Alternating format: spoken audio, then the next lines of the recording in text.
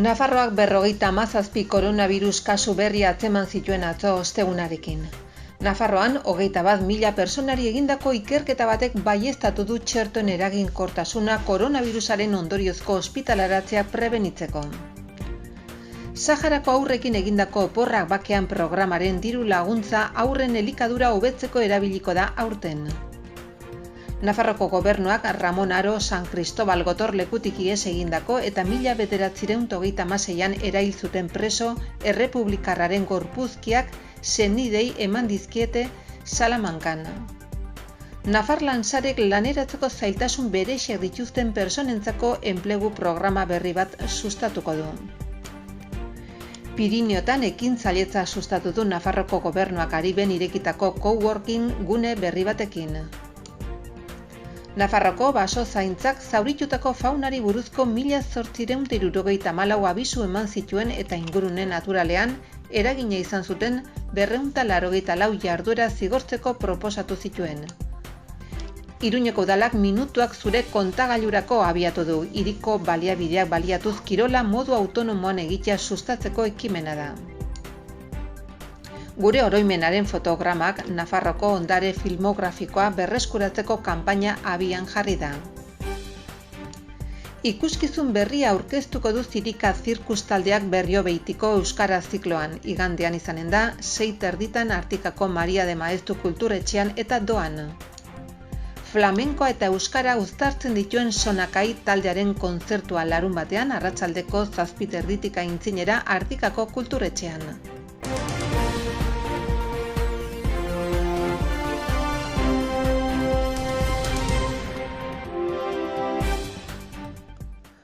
Kutsatzek bera egin dute azken ordutan Nafarroan eta 57 positibo berri zenbatu dira, foru gobernuak emandako behin-behineko datuen arabera.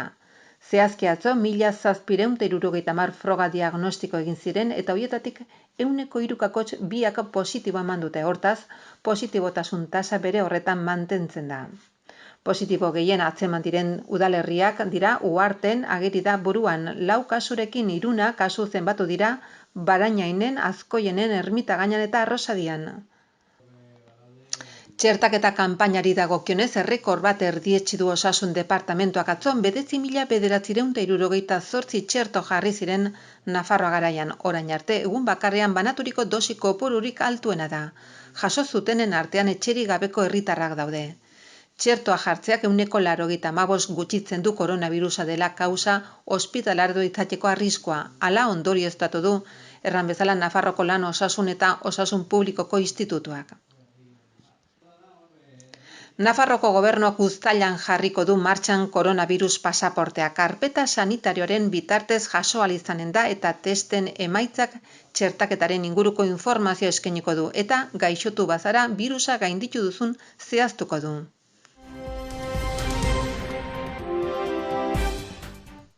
Nafarroko Osasun Publikoaren eta Lan Osasunaren institutuak 2021ko urtarrila eta apirila bitartean ia 21.000 pertsonari egindako ikerketa batek berretsi egiten du txertoen eraginkortasuna SARS koronavirusak eragindako ospitalaratzea prebenitzeko. Eraginkortasun hori 162koa izan zen lehenbiziko dosi bat jasotzean eta 185 igo zen bigarren dosia jaso ondotik. Hori guztia dela eta Nafarroko Osasun Publikoa institutuak animatzen zaie herritarrei txertaketa osatzera bere onuragatik gorenena lortuko bada. Txertoaren dosi baten eraginkortasuna neurrizkoa da bigarrenaren ondoren handia izanik, azpimarratu du ikerketa taldeak duela gutxi Eurosurveillance zientzia aldizkarian argitaratu den txosten batean. Azterketa hau koronavirusaren aurkako txertoan eraginkortasuna ebaluatzeko sustatu zen, erabilera errealeko baldintzetan. 18 urtetik gorako pertsonekin zein gainera, Nafarroan koronavirusaren kasu egiaztatuen kontaktu hertsiak izanak ziren. Zehazki 20.971 kontaktu hertsia aztertu ziren, haietatik 869 pertsonek txertoaren dosi bat jasota zuten eta 512 pertsonek 2. Txertatutako kontaktuetatik 148ak Pfizer txertoa jaso zuen eta 137 AstraZeneca. eta 4,1% Moderna.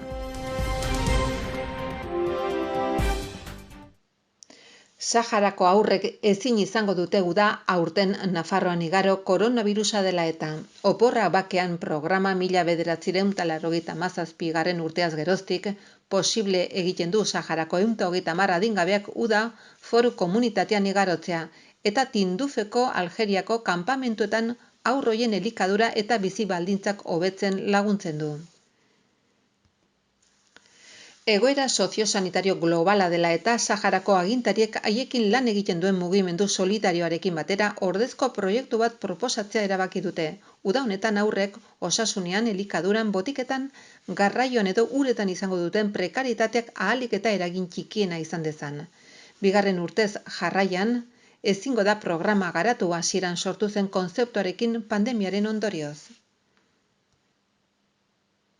Helburu horrekin Eskubide Sozialetako Departamentuak Saharako lagunen Nafarroko elkartearekin anas egin duen lankidetza hitzarmena berritu du eta 40.000 euro jarriko ditu programarako. Lankidetza proiektu hau Nafarroko Gobernuak eta Fronte Polisario 2016an sinatutako lankidetza protokoloan aurkitzen da. Protokolo horrek adierazten du Nafarroak elkartasuna duela Saharar herriarekin, Algeriako errefuxiatu eremuetan eta mendebaldeko Saharako lurraldetan Fronte Polisarioren agintaritzapean. Bertan Saharako kanpamentuetan eta lurraldetan lankidetza proiektuak burutzeko konpromiso jasotzen da honako 5 arlo hauetan. Osasuna, elikadura, laguntza, hezkuntza, gazteen enplegua eta gaitasunak indartzea mendebaldeko Saharako administrazioan.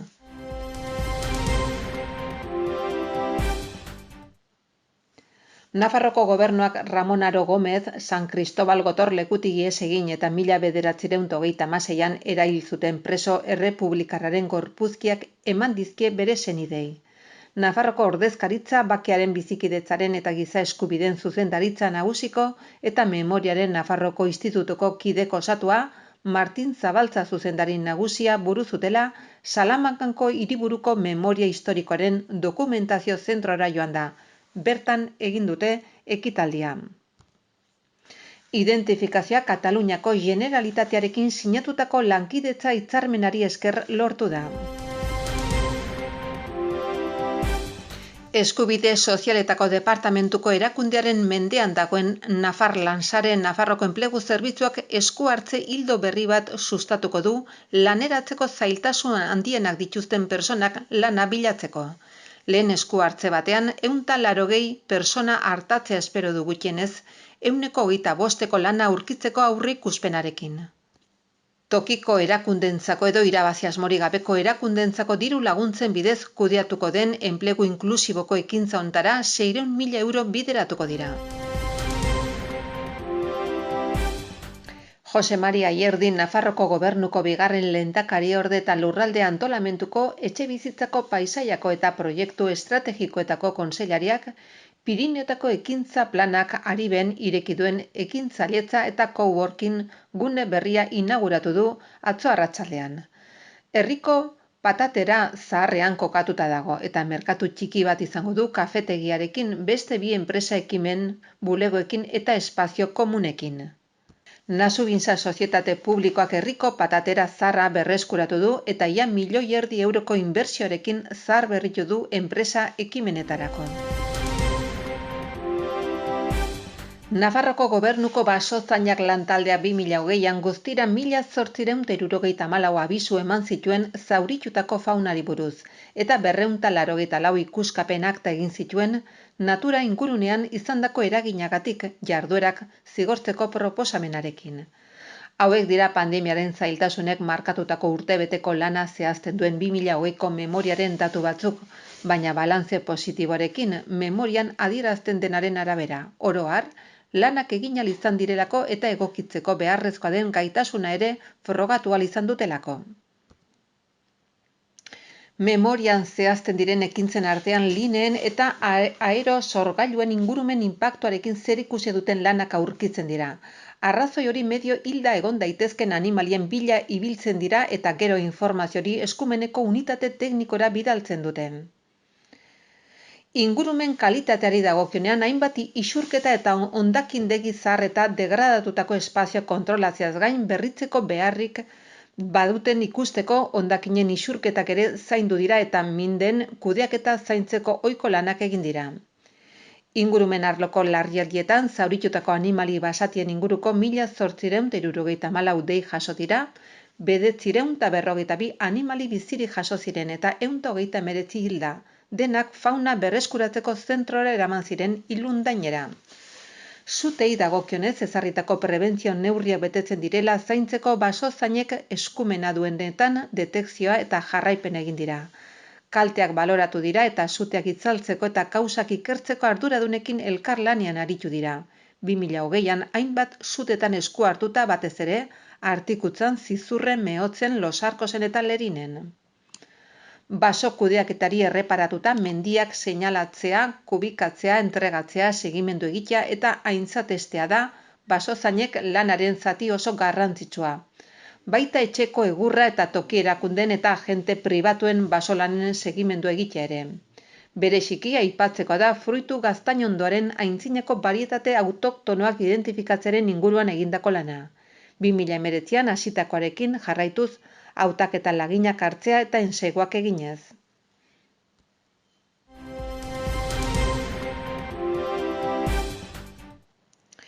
Iruñeko udalak abiatutako minutuak zure kontagailurako programak herritarrei aholkuak eta baliabideak eskaintzen dizkie kirola modu autonomoan egiteko. Horrela hainbat helburu lortzeko, besteak beste persona sedentarioen kopurua murriztea, zeinak egun ia hiriko herritarren 18% baitira.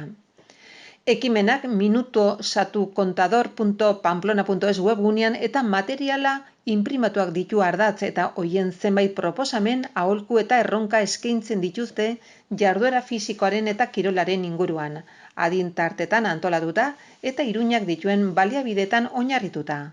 Hala nola, bidegorrien sare, hiri gimnasio eta parke eta lorategi zabaletan besteak beste. Erronkak udalaren Twitter eta Instagram profilen bitartez egiten ahalko dira. Parte hartzaile guztien artean sariak zozketatuko dira hala nola udal kiroldegietara sartzeko sarrerak edo kultur eta turismo jardueretara joatekoak. Pandemiak eta horren ondoriozko murrizketek eta konfinamenduek eragin dute herritarren artean sedentarismoa nabarmen gora egitea. Nafarroko osasun komunitarioaren behatokiaren arabera, Iruñan bizi diren 5 pertsonako ia bat sedentariotzat jo daiteke. Egoera hori arintzen saiatzeko eta etxeko konfinamentuan egon behar dutenei aukera emateko udalak minutuak zure kontagailurako abiatu du. Ariketa fisiko egiteko jarraibide eta baliabideak hautatuak eta adin tarteka antolatuak proposatzen dituen ekimena. Programa halaber gizartean gora doan hartzaile mota bati zuzenduta dago, hau da pandemiaren ondorioak alde batera utzirik ariketa fisikoa profesionalen ikuskapen gutxirekin edo gabe egitea eta ezohiko tokitan bilatzen duten hoiek. Minutuak zure kontagailurako programa ariketa fisikoaren eta osasunaren inguruan lan egiten duten profesionalei ere zuzenduta dago. Proposamenak hainbat tokitan egin daitezke etxean, hiri espazioetan edo ingurunen naturalean, eguneko edozein ordutan eta ez da beharrezko ariketa fisikoko edo kiroleko profesional bat etengabe aurrean egotea. Horrela egun Iruñan egiten diren kirola antolatuaren eskaintza publiko eta pribatuak ere osatu nahi dira. Hoien gehiengoa aurrez aurre egiten baita.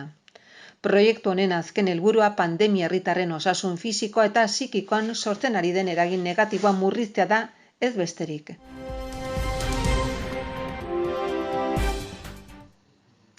Gure oroimenaren fotograma kanpaina aste honetan jarri dabian eta horren bidez foru komunitateko ondare filmografikoa berreskuratu nahi da. Nafarroko Filmotekaren artxiboak eta liburutegi publikoen sareak elkarlanean abian jarri duten ekimen iraunkorra da.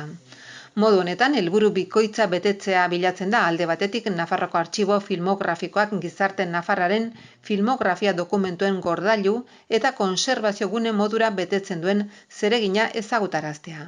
Eta bestetik lurraldeko liburutegiak artxibo filmografikoaren eta formatu ezberdineko etxeko bideoak dituzten pertsonen artean bitartekari modura ezartzea modu hontan, tokiko ondarea eta memoria babesteko ekarpena egite aldera. Beraz, konserbatzen dira banakako memoria, izan ere material filmikoa oso sentikorra denez erraxa hondatzen da eta gainera udalerri txikitako memoria kolektiboa bestela agian galduko litzatekena. Oroitarazten dute ekimen honen sustatzaileak. Horretarako, proiektuaren entitate sustatzaileak gonbidatzen dituzte herritarrak, udalak, kolektiboak, elkarteak, klubak, enpresak eta bar, materialak gordetzera liburutegien sareko 62 liburutegietako batean. Proiektuarekin atxiki ondoren, kanpaina barreiatzeko elementuak erabiltzeko moduan daudenez. Besteren artean informazio triptikoak eta infografiak, doaintza edo gordailu izaerako inprimakiak eta material horiek gordetzeko memoriaren zakoa.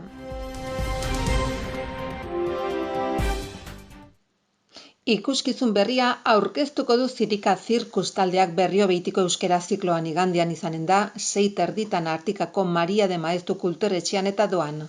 Munduko txoko desberdinetatik etorritako artistek bat eginen dute oholtzan haien kultura eta abileziak partekatzeko. Aizue, dena prest? Dena prest. Makillajea badugu? Bai. Jantziak? Bai. Zirko egiteko gauzak? A tope. Noiz da ordua, noiz da? Ekainak 6, arratsaldeko 6:30. Non? Artikako kulturetxean. Ze ikuskizun? Hemendik! Ara! Flamenkoa eta euskara uztartzen dituen Sonakai taldearen kontzertua larunbatean izanen da arratsaldeko 7:30 aintzinera Artikako kulturetxean. Sonakai Donostiako musika taldea da, flamenkoa euskaraz egiten duena, ijitoak eta euskaldunak direnez euskal abestiak flamenko estiloan abesten dituzte. Sonakai izenak urrea erran nahi du kalo hizkuntzan. Donostian lokala duten arren inguruko herrietakoak dira Hernani, Errenteria, Irun eta Donostia bertakoak. 2006an elkartu ziren lehenbiziko aldiz, baina etenaldi luze baten ondotik 2015 urtean berriz elkartu eta proiektuari sendotasuna ematea erabaki zuten. Kontzertuak ematen hasi ziren eta 2018an Espainiako Telecinco telebistakateko Got Talent saioan aurkeztu ziren. Txoria abestiarekin eta arrakasta handia izan zuten. Finaleraino iritsi ziren. Internet bidez zabaldu dituzte beraien abestiak Txoria loretxoa, euskarazko abestien bersioak egiteaz gain abesti berriak ere sortzen dituzte. 2018an aurreneko diska argitaratu dute Sonakai denontzat izenekoa. Kaberak deitzen di, ez diot erantzun nahi, badakit nolakoa den, liozo da bere abizena, elegantzia du jaiotzez, pasaportian Don Juan korapilatu ezkero, aditza da kamelar. Baila la rumba chiquitita, baila la rumba chiquitita, baila la rumba chiquitita, baila la rumba chiquitita, baila la rumba chiquitita, baila la rumba chiquitita, baila la rumba chiquitita, baila la rumba chiquitita. Ametxetan bizita, ten cuenta esa tenda, bi oinek lurrean jarri, vuelve a tu realidad, bida politizan da, baina ez egokia, bihotzean izango zaitut, nire bizitza osoa.